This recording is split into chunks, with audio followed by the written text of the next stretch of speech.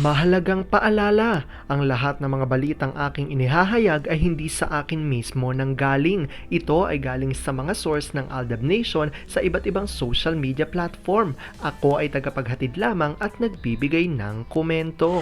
Magandang araw mga Aldab Nation! May panibago na naman po akong update para sa inyong lahat. Pero bago natin ito umpisahan ay huwag niyo munang kalimutan na mag-subscribe sa aking YouTube channel at i-click mo na rin ang katabing bell button para maging updated ka sa mga latest videos na i-upload ko. At kapag umabot na ng 100,000 subscribers ang aking channel, ay may sorpresa ako para sa inyong lahat.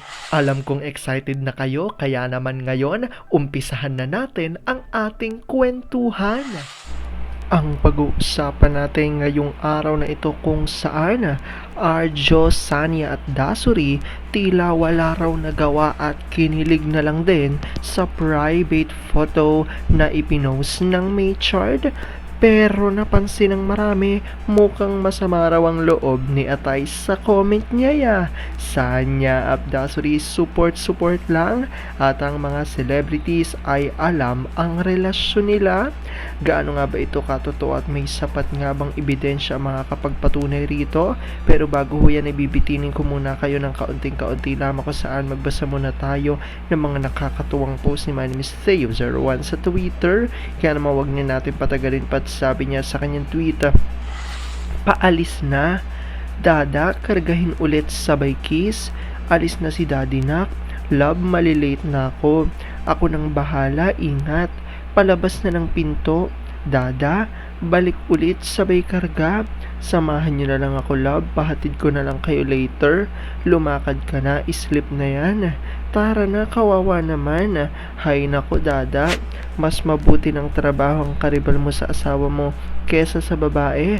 Tama naman kahit papano yung sinabi ni Mister na ginusto nilang magparami ng anak, kaya dapat lang nakayod kalabaw siya para maibigay lahat ng nararapat kay Mrs.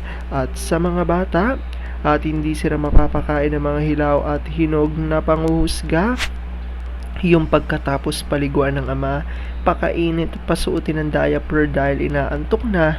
Tapos paglabas ng ama, magugulat na lang siya paglingon sa pinto dahil nakasunod na yung batang makulit habang bitbit ang diaper niya. Itchy daw daddy tapos smelly, kinarga na lang ng ama saka pinapatulog ulit. Alam kong tuwan-tuwa kayo sa ating binasa pero may pag-uusapan na natin ang ating main topic.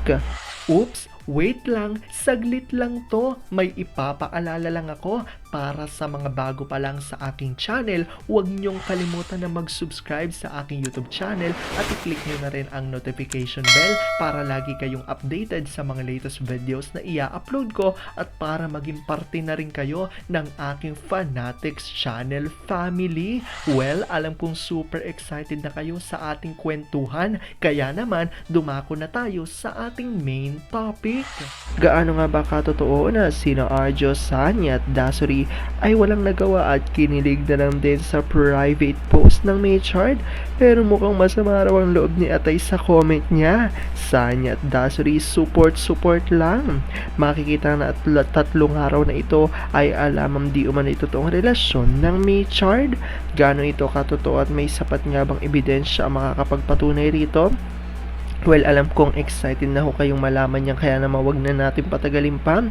Una-una na nga dyan galing sa tweet ni Vampire 2019 at sabi niya rito, sabi noon ng isang Laosian sa mga gumawa ng fake news, tandaan nyo na may nasasaktan at pagbabayaran nyo yan. Darating ang araw na may paglalagyan kayo at galing naman at pinagsabihan ng sarili. Ibig sabihin may paglalagyan silang tatlo, aabangan ko yan. Minsan ang sarap lang mambanat sa mga dapat panatan. Itong mga army at member ng ZGOC, ang kaya lang nila isagot sa akin ay i-block ang account ko. Wala akong paki sa inyo, sino ba kayo sa akin?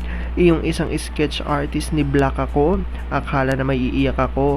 Nasa na yon? Yung nag-sketch ng pics ni Yaya daw forgot his name. Alam naman nating lahat na ang pinaka-finale supposed to be ng Z ay ang pag-iisang dibdib ni Baklang Panot at ang Baklang Kargador ng Uling. Ang siste, hindi natin tinanggap ang kasinungalingan nila. Ang aim talaga nila ay mag-disappear tayo off the face of the earth kasi hindi nila tayo kayang hawakan sa leeg. Hindi nila tayo kayang diktahan. Tandaan nila, wala talagang mawawala sa atin. Tayo pa. Ito namang Nicolette ang magnanakaw. Kay tagal na ng concert, ngayon lang magpo-post? Tagal ba mag-edit, iha? Hirap ba na iangat ni toothpick ang mga kamay kung need mong extra income, maghanap buhay ka sa tamang paraan? Pag hindi kayang tustusan ng kapareho nyo, mag-double job ka? Iyabang mo kasi, hindi mo kayang abutin ang inaabot ng sisterit mo. Inggiterang frog, sabi naman ni Gabriel Sayagaya. Ang sinabi nila Os, bumalik sa kanila mismo. Naniniwala ako sa lahat ng gumawa ng kasamaan ay babalik sa taong gumawa. Boomerang effect, all the will be back. Ito na nga revelasyon galing kay Mila Kambal at ayon sa kanya, nadaanan ko sa IG, reposted by CathMac08 only 14 hours ago. This was an exchange of comments on a post by Alden read birthday ni M. To my surprise, maski si P at SL nag-comment. So it only means alam nitong dalawa ang relasyon ng May Chard. The boo will be back. At ito nga mga litrato ng sinasabi nila kung saan ipinost nga raw di umano ng Facebook ni Alden ang litrato na ito at tila pagbati kay Meng. At makikita rito sa komento raw ni Meng, hindi nga halata Sagot ni Alden, love mo naman ako. At dahil dito makikita rin ang comment ng tatlong isang kilalang mga celebrities na si Dasari Choi. Ba't ako kinikilig? Ayon naman daw kay Arjo Atayde, di kayo na.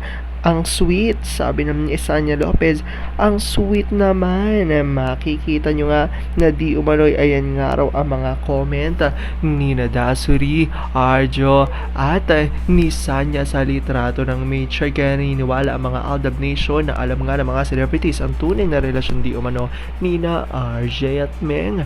Alam ko dahil dito marami pa rin sa inyo mas lalo ngayong kumakapit at naninindigan na Aldab Mature is real. Pero sabi nga natin na kahit ano pa man na magdesisyon ni na Aldab at Meng sa kanilang buhay, career at buhay pag-ibig ay kailangan natin silang supportan, kailangan natin itong tanggapin ng buong buo dahil yun ang kanilang deserve. At yan ang aking update for today's video.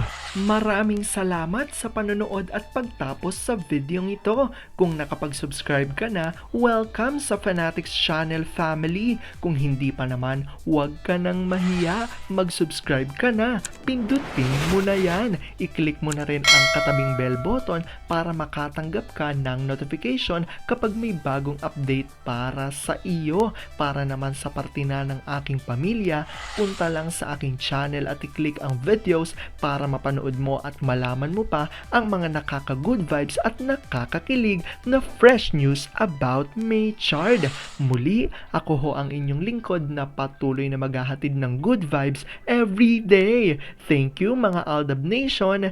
Ingat!